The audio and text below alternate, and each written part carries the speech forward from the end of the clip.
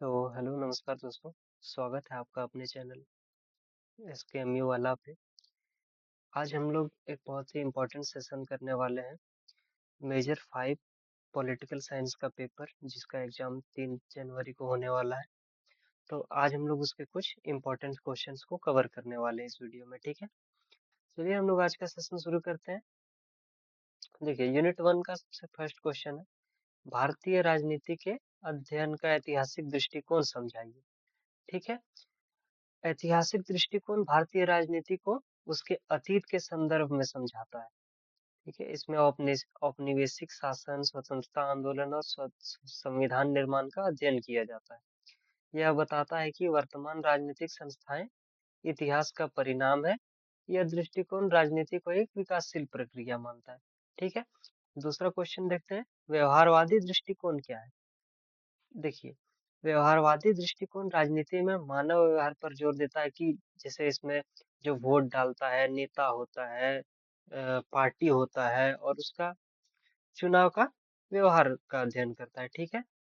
यह दृष्टिकोण भारतीय राजनीति में जाति, धर्म और क्षेत्रीयता को समझने में सहायक होता है। चलिए 2 क्वेश्चन हमने अभी तक कर लिए। यूनिट 2 का अब चलिए तीसरा क्वेश्चन देखते हैं। यह मार्क्सवादी दृष्टिकोण क्या है। देखिए दोस्तों, मार्क्सवादी दृष्टिकोण राजनीति को आर्थिक संरचना से जोड़कर देखता है। यह वर्ग संघर्ष, शोषण और असमानता पर केंद्रित होता है। ठीक है। इसके अनुसार राज्य शासक वर्ग के हितों की रक्षा करता है। मतलब आप कार्ल मार्क्स के बारे में पढ़े होंगे, ये काफी अच्छे दार्शनिक है जिसके बारे में हमने सेमेस्टर 1 में भी पढ़ा था और सेमेस्टर 2 में भी पढ़ा है और अब सेमेस्टर 3 में भी पढ़ रहे हैं। ठीक है। तो उनका मानना था कि राजनीति में आर्थिक संरचना यानी कि जो गरीब वर्ग है और पिछड़े वर्ग हैं, उन पर क्या बीत रही है, उनकी उनके बारे में ये सोचते थे। ठीक है। तो मार्क्सवादी दृष्टिकोण कुल मिला के यही है। चलिए अब चौथा क्वेश्चन देखिए, भारतीय राजनीति में अध्ययन में विभिन्न दृष्टिकोणों का महत्व बताइए। ठीक है। तो अभी तक हमने जितने भी दृष्टिकोण देखे, जैसे ऐतिहासिक दृष्टिकोण, व्यवहारवादी दृष्टिकोण, मार्क्सवादी दृष्टिकोण, ये सब का महत्व बताना है। तो ठीक है, जितने भी दृष्टिकोण होते हैं वो एक दूसरे को समझने में पूरक होते हैं। हम बिना सभी को पढ़े भारतीय राजनीति को समझ ही नहीं सकते हैं। ठीक है। चलिए अब दूसरा यूनिट की ओर बढ़ते हैं हम लोग। दूसरा यूनिट का क्वेश्चन नंबर 1 देखिए, ये रहा, भारतीय संविधान की प्रस्तावना के उद्देश्यों की व्याख्या कीजिए। तो देखिए, भारतीय संविधान की प्रस्तावना संविधान के मूल उद्देश्यों को दर्शाती है। यह भारत को संप्रभु, समाजवादी, धर्मनिरपेक्ष और लोकतांत्रिक गणराज्य घोषित करती है। ठीक है। इसका उद्देश्य सभी नागरिकों को न्याय, स्वतंत्रता, समानता और बंधुत्व प्रदान करना है। यह संविधान की दिशा और भावना को स्पष्ट करती है। कुल मिला के भारत की प्रस्तावना जो है वो हमें एक धर्मनिरपेक्ष और लोकतांत्रिक गणराज्य बनाती है। ठीक है। देखिए अब दूसरा क्वेश्चन की ओर बढ़ते हैं, संविधान की प्रस्तावना को संविधान की आत्मा क्यों कहा जाता है। देखिए दोस्तों, अगर मैं इन सबको अगर बताने जाऊँ तो वीडियो काफी लंबी हो जाएगी। आप देख सकते हैं, इनका स्क्रीनशॉट ले सकते हैं, फिर भी मैं कुछ कुछ मेन मेन बात जो होगा वो मैं आपको समझा दूंगा। ठीक है। चलिए अब अगले टॉपिक की ओर बढ़ते हैं हम लोग। ये रहा क्वेश्चन नंबर 3, भारतीय संविधान की प्रमुख विशेषताओं का वर्णन कीजिए। तो देखिए दोस्तों, हमारा संविधान काफी बड़ा है और इसकी विशेषताएं अगर लिखते जाएं हम लोग तो पूरा स्लाइड इसी से भर जाएगा। लेकिन फिर भी कुछ कुछ इंपॉर्टेंट विशेषता देख लीजिए। यह लिखित और विस्तृत संविधान है। हमारा जो संविधान है वो सबसे बड़ा संविधान है किसी भी देश से। ठीक है। और ये हाथ से लिखा गया संविधान है। इसमें संघीय व्यवस्था के साथ एकात्मक तत्व भी है। ठीक है। संसदीय शासन प्रणाली, मौलिक अधिकार, स्वतंत्र न्यायपालिका और सार्वभौमिक वयस्क मताधिकार इसकी प्रमुख विशेषताएं हैं। ठीक है। अगर आप गूगल करेंगे तो इसकी काफी सारी विशेषताएं आपको मिल जाएंगी। लेकिन ये दोस्तों काफी वेरी वेरी इंपॉर्टेंट क्वेश्चन है, इसको आप लोग करके जाइएगा। तो क्वेश्चन नंबर 4 देखिए, भारतीय संविधान की लचीलापन और कठोरता पर संक्षिप्त टिप्पणी कीजिए। देखिए दोस्तों, भारत का जो संविधान है उसको लचीला और कठोर दोनों कहा गया है। अब ये क्यों कहा गया है, तो देखिए लचीला इसलिए कहा गया है क्योंकि इसमें बहुत जल्दी हम लोग संशोधन कर सकते हैं, ठीक है, साधारण बहुमत से। लेकिन वहीं इसको कठोर इसलिए कहा गया है क्योंकि कभी-कभी हमें इसमें संशोधन करने के लिए विशेष बहुमत आवश्यक है, ठीक है। इसी कारण से इसे लचीला और कठोरता का संतुलन कहा जाता है, ठीक है। चलिए अब क्वेश्चन नंबर 5 की ओर बढ़ते हैं। धर्मनिरपेक्षता भारतीय संविधान की एक महत्वपूर्ण विशेषता है, स्पष्ट कीजिए। देखिए, संवि अ, हाँ, हमारा संविधान जो है हमें एक धर्मनिरपेक्ष राज्य घोषित करता है, ठीक है, जहाँ धर्मनिरपेक्षता का अर्थ है राज्य का कोई अपना धर्म नहीं होता। गौर करिएगा दोस्तों, यहाँ पे राज्य का मतलब देश होता है, ठीक है। संविधान में कहीं भी देश आपको लिखा हुआ नहीं मिलेगा, देश की जगह पे हमेशा राज्य का ही बात होता है, ठीक है। भारतीय संविधान सभी धर्मों को समान सम्मान देता है, नागरिकों को धर्म की स्वतंत्रता प्राप्त है और इसमें धार्मिक सहिष्णुता और राष्ट्रीय एकता को बढ़ावा मिलता है। पहला क्वेश्चन है, मौलिक अधिकार क्या है, उनका महत्व बताइए।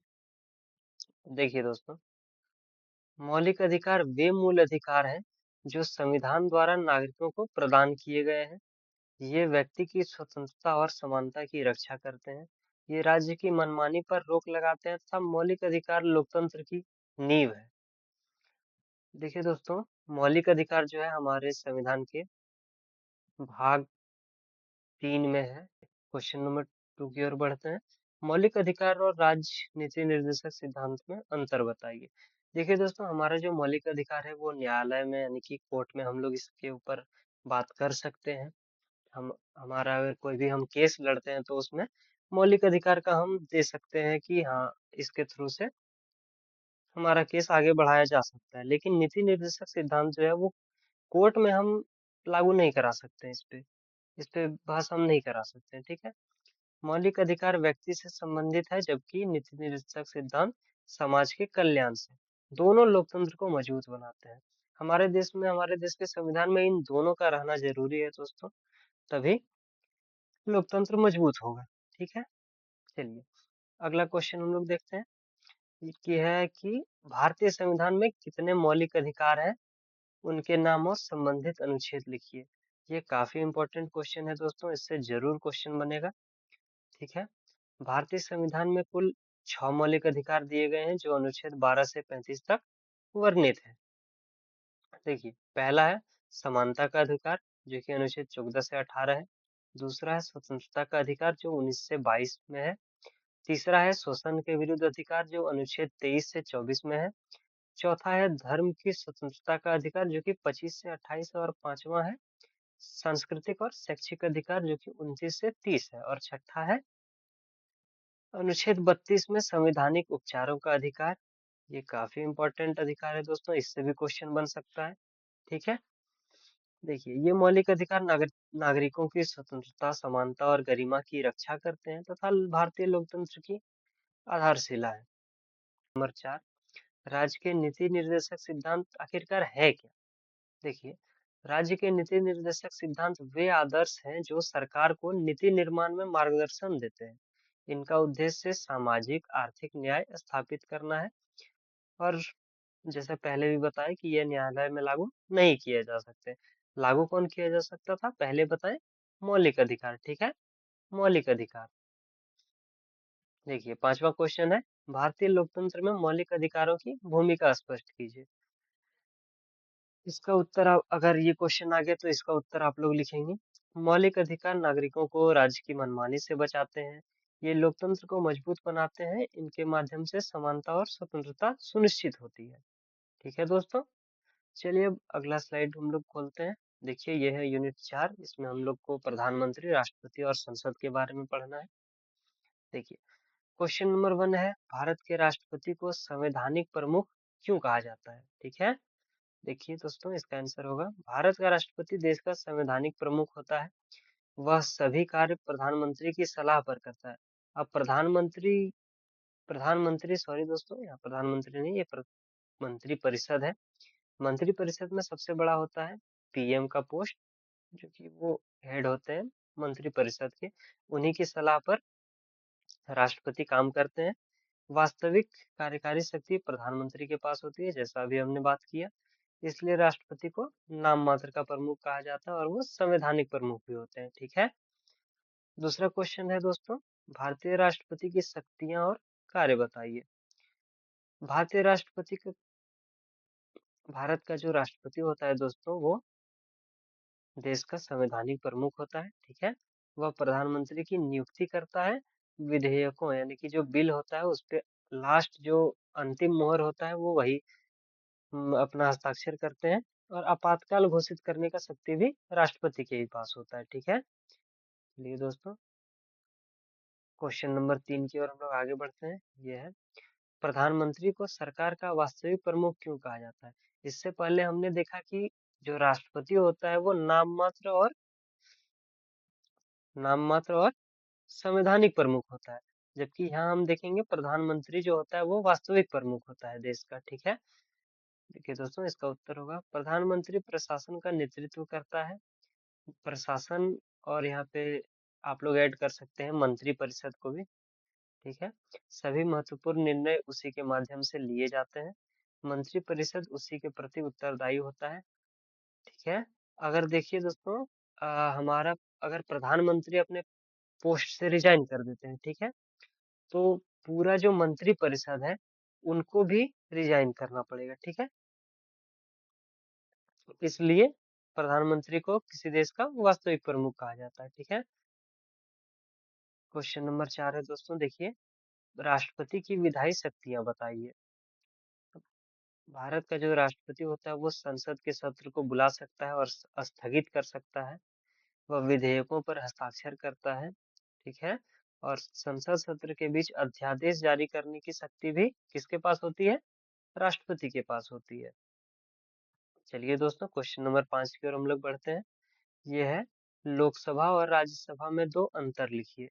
लोकसभा जानते होंगे आप लोग, इनको कहा जाता है निम्न सदन और राज्यसभा को उच्च सदन कहा जाता है।